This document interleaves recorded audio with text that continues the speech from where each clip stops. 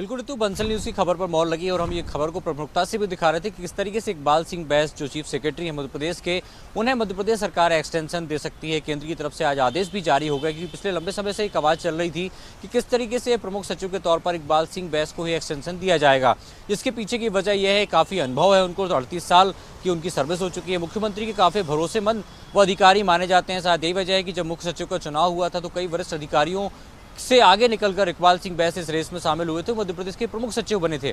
उसके बाद से तय की माना जा रहा था कि उनको एक्सटेंशन दिया सकता है, क्योंकि हाल ही में मध्य प्रदेश में देखा जाए तो आने वाले समय में मध्य प्रदेश में विधानसभा चुनाव होना है। उसके लिहाज से जिस तरीके से जमावट सरकार ने की है, उनके अनुभव का लाभ सरकार लेना चाहती है। कई जो कार्य योजना है, महत्वाकांक्षी योजना है, वो मध्य प्रदेश में इन दोनों चल रही है।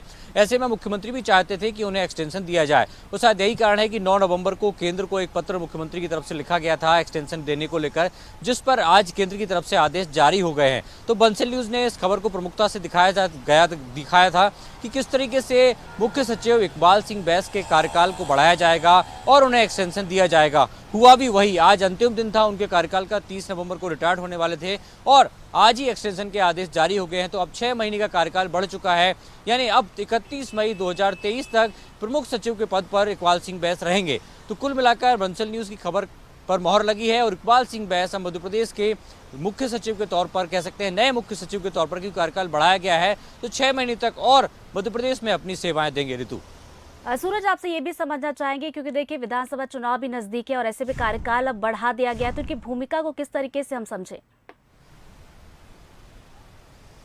देखिए बिल्कुल, सरकार चाहती थी कि मध्य प्रदेश में आने वाले समय में विधानसभा चुनाव होना है। ऐसे में हाल ही में जिस तरीके से जमावट हुई है, सभी जो जिला कलेक्टरों की बात करें या पुलिस अधीक्षकों की बात करें, तमाम जो अधिकारियों को मैदानी क्षेत्र में तैनात किया है, उनका अमला जमाया है। साथ ही सरकार की कौन सी योजनाएं हैं जिनको इन अंतिम समय में मूर्त रूप देना है, ताकि ज़्यादा से ज़्यादा जो योजना का लाभ है वो जनता तक पहुँचे, हितग्राहियों तक पहुँचे, ताकि चुनावी मौसम में कहीं ना कहीं जनता को कैसे कन्वेंस पार्टी कर सकती है। ये एक बड़ी सफलता है मुख्य सचिव की कि लगातार वो काम कर रहे हैं और मुख्यमंत्री के भरोसेमंद अधिकारियों में वो शुमार हैं।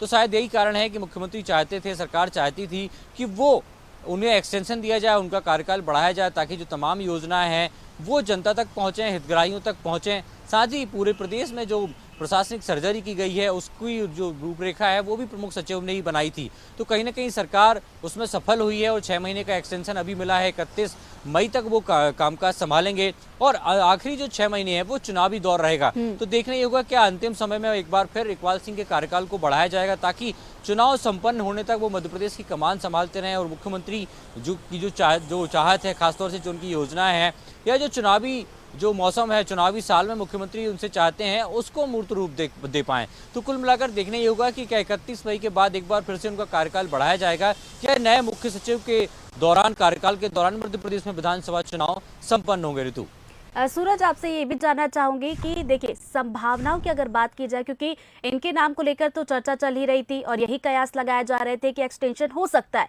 और हुआ भी वही, लेकिन संभावनाएं क्या कुछ बनती हुई नजर आ रही थी? अगर ये नहीं तो कौन हो सकते थे?